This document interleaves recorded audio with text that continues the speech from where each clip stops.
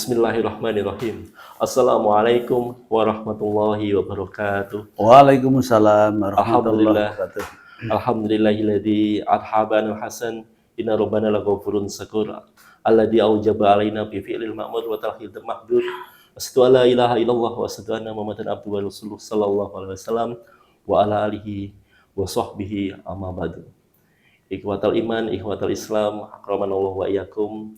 Senang sekali Ana masih pada kesempatan ini menyapa kembali di channel ini. Alhamdulillahirabbil alamin. Tidak henti-hentinya syukur kita kepada Allah atas nikmat yang Allah berikan kepada kita semua. Nikmat Islam, nikmat iman, semoga kita diberi nikmat ihsan. Tapi pada kesempatan malam hari ini Ana sengaja mengunjungi kediaman Ustadz kita, Ustadz Kurdi yang berada di daerah Solo. Dan alhamdulillah kita ada kesempatan untuk sedikit wawancara beliau kaitannya dengan seputar hijrah. Ma'asyiral muslimin, tujuan kita selalu menggali testimoni-testimoni agar antum semua yang masih ada di dalam Islam Jamaah selalu mendapat pelajaran maupun pendapat-pendapat kita yang sudah berhijrah. Sungguh kami sangat mencintai antum semua yang masih dalam Islam Jamaah dan berharap kalian juga bisa berhijrah bersama kami. Baik, kita sapa beliau. Assalamualaikum Ustaz. Waalaikumsalam warahmatullahi wabarakatuh. Alhamdulillah sehat. Tamu kita malam hari ini adalah spesial sekali. Beliau adalah nanti bisa kenalan sendiri. Langsung saja mungkin waktunya kita serahkan Ustaz untuk perkenalan. Tafadhol Ustaz. Ya. Assalamualaikum warahmatullahi wabarakatuh. Assalamualaikum. Alhamdulillahirabbil alamin. Asyhadu an la ilaha illallah wa asyhadu anna Muhammadar Rasulullah sallallahu alaihi wasallam wa ala alihi wa ashabihi amma ba'du. Nama saya Adi Kurdi. Jadi saya sekarang berumur 54 tahun.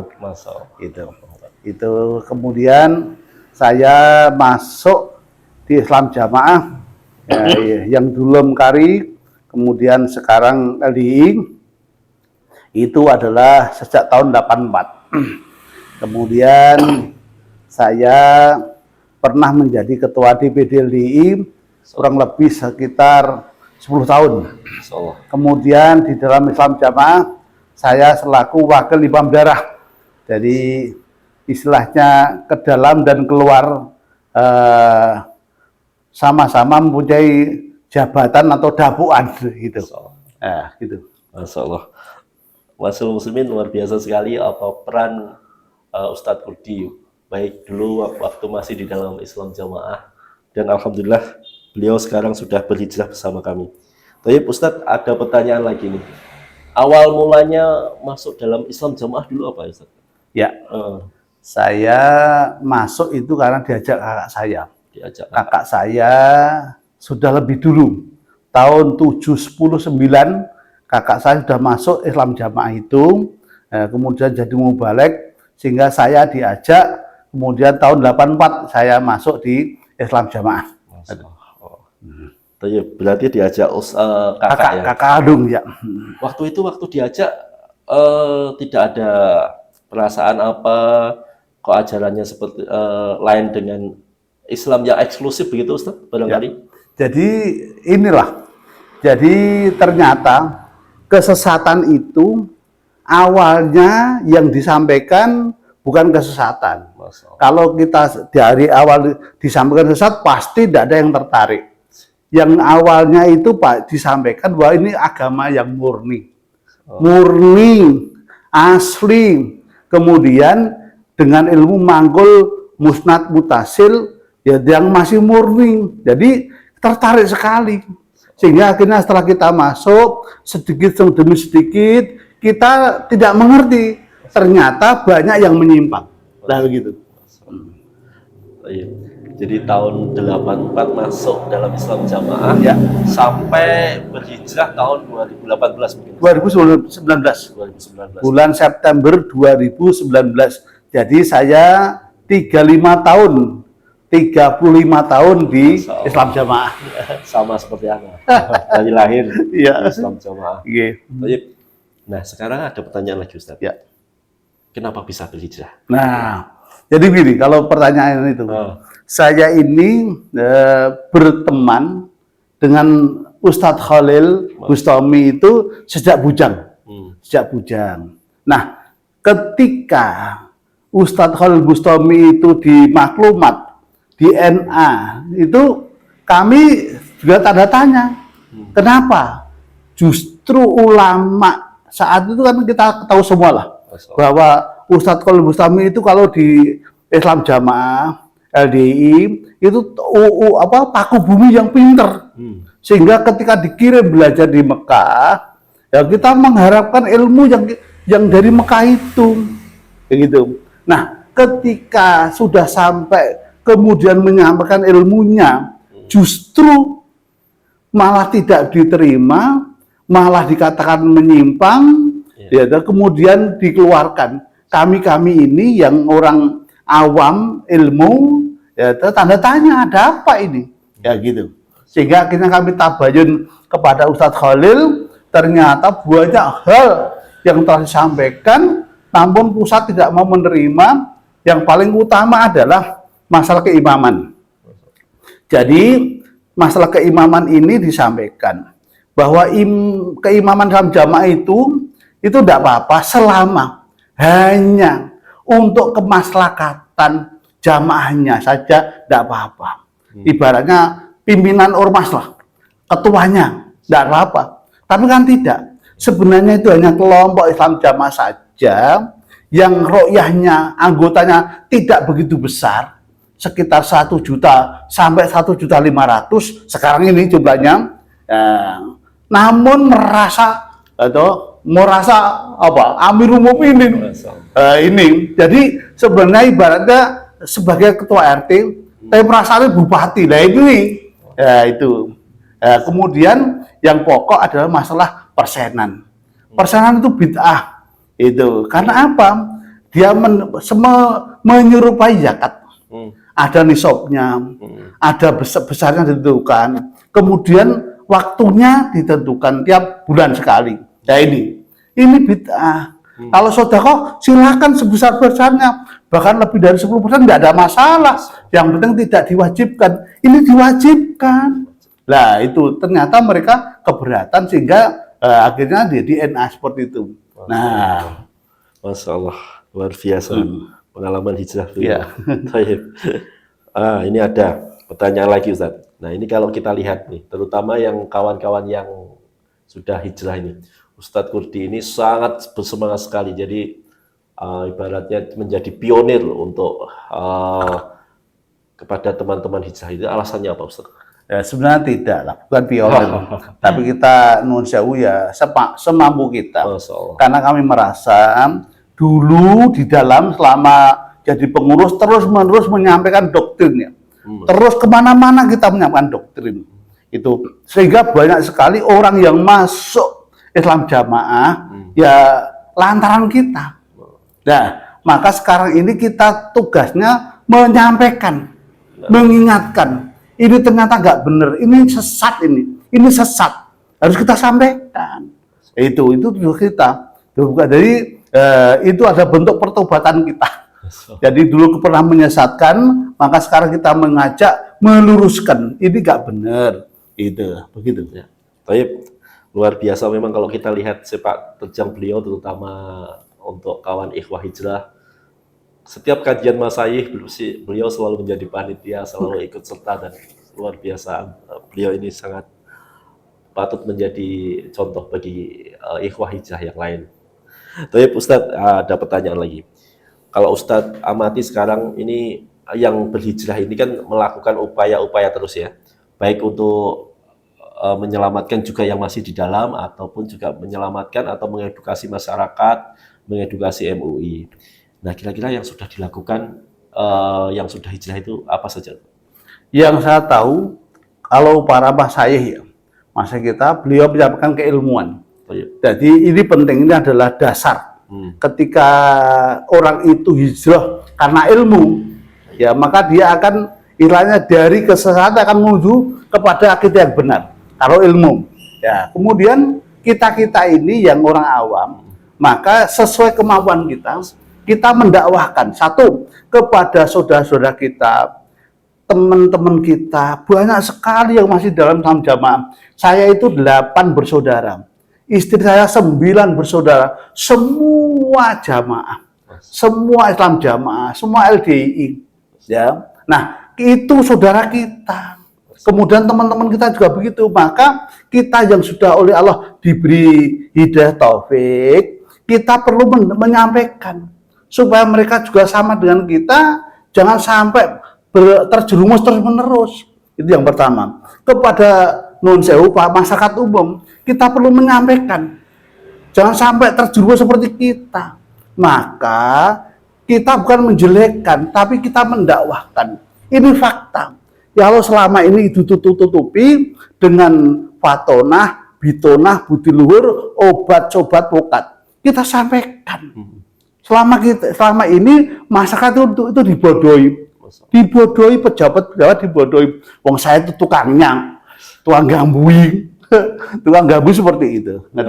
Jadi ke dalam kita mengajak teman-teman kita, saudara kita, karena kita cinta kepada beliau, teman-teman itu saudara kita, kepada masyarakat umum kita memberikan edukasi, yaitu pencerahan begitu. Ya, Ustaz, antum sampaikan sekarang apa saja kesesatan Islam jamaah. Ya, jadi satu, kesesatannya adalah takfir serampangan. Jadi orang yang walaupun sudah menjalankan 5 rukun Islam, itu kan Islam sebenarnya. Kemudian apalagi sudah melaksanakan 6 rukun iman. Tapi kalau belum beribadah pada imam Islam jamaah, tetap dianggap kafir. Itu kesesatan. Karena kalau kita lihat zaman Nabi, beat zaman Nabi tidak ada satupun beat untuk mengesahkan Islam, tidak ada. Sedangkan di Islam jamaah ini, beat itu sebagai pengesah Islam. Jadi walaupun dia itu sudah Islam, sudah haji dan sebagainya, tapi kalau belum biat tetap belum sah. Maka biat itu sebagai pengesah Islam. Ini yang pertama. Yang pertama itu. Yang kedua, kesesatan berikutnya adalah bahwa orang yang keluar dari kelompok ini dianggap murtad. Jadi yang belum masuk, belum biat itu kafir, yang sudah murtad keluar dianggap murtad. Padahal murtad itu adalah keluar dari Islam. Nah, itulah kita tidak. Seperti saya ini murtadin katanya. Jadi kita udah, kita masih sholat, kita masih mengerjakan rukun 5 rukun iman, 5 rukun Islam dan rukun Islam dan 6 rukun iman, kita tertib, malah dikatakan murtad. Nah, ini kesesatan. Yang berikutnya masalah adanya itu tadi persenan. Biat, kemudian ada keamiran yang itu dianggap sebagai amir mukminin. Itu kesesatan. Kemudian terkait dengan persenan, itu yang pokok. Karena sumbernya dari itu. Nah, bahkan ya non-sewu, karena semua orang di luar golongannya kafir, termasuk KUA, maka sebelum nikah KUA itu diadakan nikah dalam dulu, namanya ND, nikah dalam, dinikahkan oleh imamnya atau wakil imam. Dan dulu saya ini kan wakil imam daerah, punya wewenang ngijabkan orang. Itu. Nah, nikah KUA itu hanya disebut nikah luar, hanya formalitas untuk mendapatkan buku nikah. Ini. Kemudian kesesatan berikutnya adalah mereka berpura-pura. Jadi namanya fatonah, bitonah, bidulur, itu berpura-pura baik.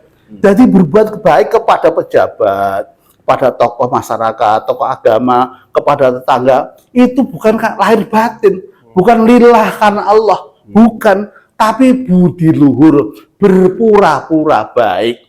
Kasihan sekali sebenarnya perbuatan yang bisa menjadikan pahala, tapi karena berpura-pura, hanya sekedar berpura-pura, dari mana pahalanya? Bukan karena Allah. Itu diantaranya kesesatannya. Masya Allah, luar biasa. Dan termasuk lagi, ini yang ngeri.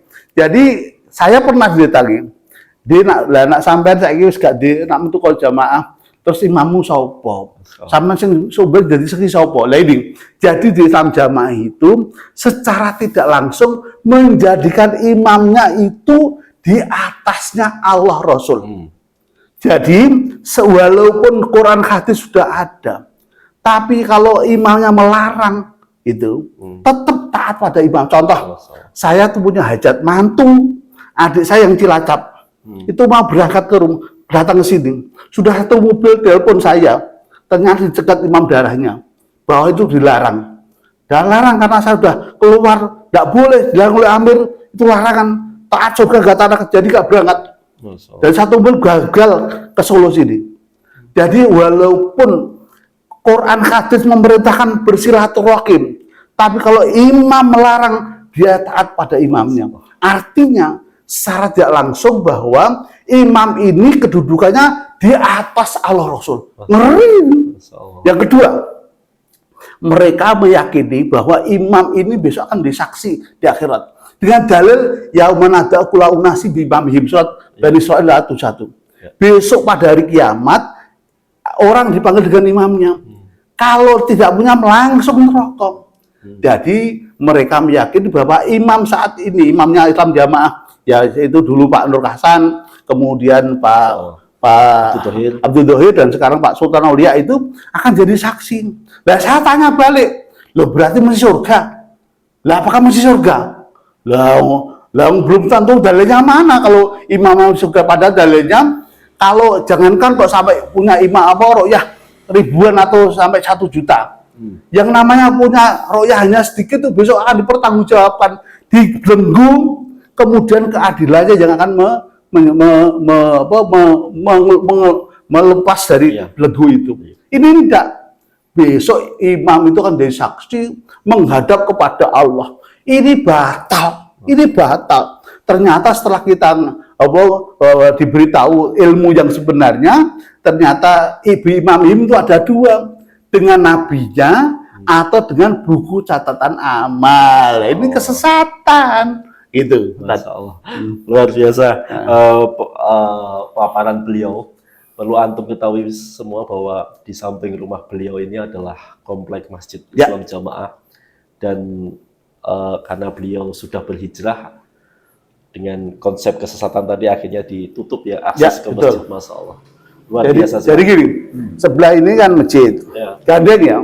Jadi masjid, kemudian tanah 5 meter untuk parkir, jadi satu dengan tanah saya. Gitu. Jadi tanah saya dulu itu 20 meter lebarnya, kemudian yang 5 meter untuk masjid itu.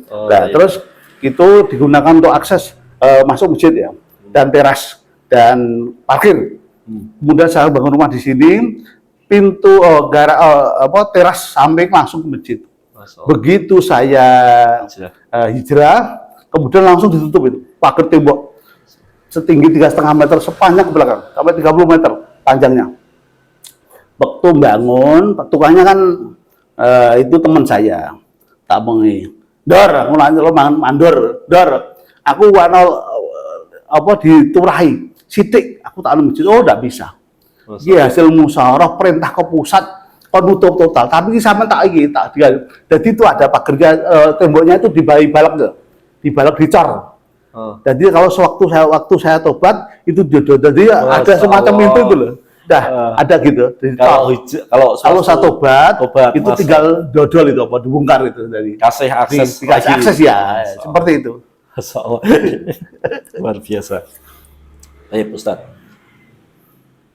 yang Ustadz rasakan setelah berhijrah, atau pengalaman setelah berhijrah? Alhamdulillah, betul-betul ibadah ini plong ya. Dulu itu seringkali kita ibadah itu, mohon maaf, saya merasakan seringkali tidak karena Allah, seringkali karena pengurus. Contoh pengajian di absen, wah gue gak teko absenku tuh bolong, itu satu. Kemudian sodakoh mulai dari persenan dan lain-lain itu kan dicatat itu, ditulis di jatah itu. Kalau nggak ngisi nggak penak. Kalau ngisi, jadi lah setelah keluar atau hijrah itu kan tidak. Semua betul-betul kita ngaji kebutuhan kita, mencari ridhonya Allah. Butuh ilmu, kita ngaji. Aku sodakoh, butuh sodakoh, dan nun sewun, semua muslim saudara kita. Jadi masjid banyak sekali. Kalau dulu enggak, Kalau kemana-mana cari masjid LDI. Kalau enggak, waduh ini kemana cari? Telepon dulu, saya mau ke sini lah itu. Sekarang tidak, di mana-mana masjid kita, masjid saudara muslim, masjid kita. Jadi plong betul-betul gitu. Luar biasa. Baik Ustadz, ini pertanyaan yang terakhir nih. Tolong nasihat antum bagi yang masih dalam Islam Jamaah, pesan-pesannya apa saja, kemudian umat Islam pada umumnya. Baik, silakan. Untuk teman-temanku, saudara-saudaraku yang masih di dalam Islam Jamaah, di dalam LDI, saya pesan, saya nasihati, bukalah akal sehat antum. Bukalah akal sehat antum. Akal waras. Ya, katanya ini agama yang benar, yang murni. Tapi kenapa justru mereka tidak mau buka diri, tertutup, eksklusif, gitu. Kemudian kalau dulu katanya nasihatnya Bapak Amir gak ridho kalau satu jamaah saja tercecer ke neraka. Sekarang saya ini kalau udah hijrah, udah keluar dianggap murtad, berarti diancam neraka menurut Amir Islam Jamaah. Lah, coba aku nasihati, tolong jangan kok ketemu malah gak gelem nyopo, disopo gak gelem nyaur. Kalau ketemu assalamualaikum gak dijawab, nggih, nuwun, ada tamu kesini ya, nuwun gitu gak mau nyebut assalamualaikum, gak mau. Ya, tolong kalau saya salah dinasihati, tunjukkan kesalahannya saya di mana, gitu. Justru sadarlah saudara-saudaraku bahwa Islam Jamaah itu sesat, ya katakan sesat. Kalau tidak percaya bisa ketemu dengan saya, bisa telepon, tidak apa-apa, saya tunjukkan nanti kesesatannya. Yang pokok ya, jadi masalah usul, itu banyak yang salah. Itu masalah kita di Islam Jamaah di tidak kenal itu tauhid, tidak kenal itu akidah. Saya selama itu tidak pernah ada itu. Yang ada adalah 5 bab, 4 tali keimanan, itu doktrin itu. Ya, untuk itu segeralah buka akar waras antum semua. Yang kedua, terkait dengan persenan. Coba, Umar Ibnu Khattab punya Umar, namanya anaknya Abdullah. Ketika anaknya itu siapa ya? Saya lupa ya persisnya. Itu yang punya itu loh, yang penggembala unta di tanah sabilillah. Lemu, gemuk. Akhirnya diurus, setelah itu ternyata untanya miliknya Abdullah siapa itu harus dijual, sisanya diberikan sabilillah. Lah ini tidak. Uang persenan itu didoktrin itu hanya Amir, tidak boleh bertanya untuk apa. Nah ini saya terbalik. Kalau tenanan, kalau belum mesti tertib, ada catatan tertib, pertanggungjawaban tertib. Ternyata tidak ada. Tidak ada. Contoh, kelompok ada tim pengoreksi keuangan. Desa juga sama, daerah sama, dan suruh lapor. Sebenarnya pusat tidak ada tim pengoreksi keuangan. Saya tanya berkali-kali tidak ada. Bahkan saya pribadi bertanya dulu kepada penerobos pusat, kepada wakil pajaknya, itu jamaah lawas tekon ora paham. Nah, aku tanya terus, akhirnya aku pengen resolusi loh, coba. Jadi justru dirahasiakan. Coba kalau itu benar, untuk apa? Ini. Yang kedua, segeralah buka. Kalau memang benar, kenapa nggak boleh mendengarkan kajian-kajian di luar yang selain dari ustadznya? Ini berarti saya ibarat emas ini. Kalau Mas Murni betul berani diadu, ini enggak. Gunakan akal sehat, akal waras antum. Kepada teman-temanku yang saudara-saudara muslim yang masih di luar, betul hati-hati. Islam Jamaah ini adalah ibaratnya masih ada sejak dulu, walaupun di dalam Jaksagung sampai sekarang masih ada yang di dalam LDI itu. Jadi itu maka hati-hati, jangan sampai terjerumus seperti saya selama 35 tahun. Demikian pesan saya. Masya Allah. Masya Allah muslimin, sungguh menarik perbincangan kita pada malam hari ini. Semoga dengan bincang-bincang seperti ini bisa menyadarkan antum semua yang masih ada di dalam dan edukasi bagi yang ada yang alhamdulillah belum sempat masuk ke dalam golongan kesesatan Islam Jamaah. Tujuan kami para mantan ini tidak berhenti untuk berdakwah adalah menyelamatkan saudara-saudara kami yang kami cintai yang masih di dalam Islam Jamaah, juga membentengi umat pada umumnya dari kesesatan Islam Jamaah. Syukran Ustadz atas kesempatannya pada malam hari ini. Semoga ini menjadi bisa menjadi awal hijrah bagi yang masih ada di dalam. Amin, amin, amin. Wassallallahu ala Muhammad wa ala alihi wa sahbihi wasallam wa akhiru da'wana alhamdulillahirabbil alamin. Subhanaka wa bihamdika asyhadu an la ilaha illa anta astaghfiruka wa atubu ilaik. Wassalamualaikum warahmatullahi wabarakatuh. Waalaikumsalam warahmatullahi wabarakatuh.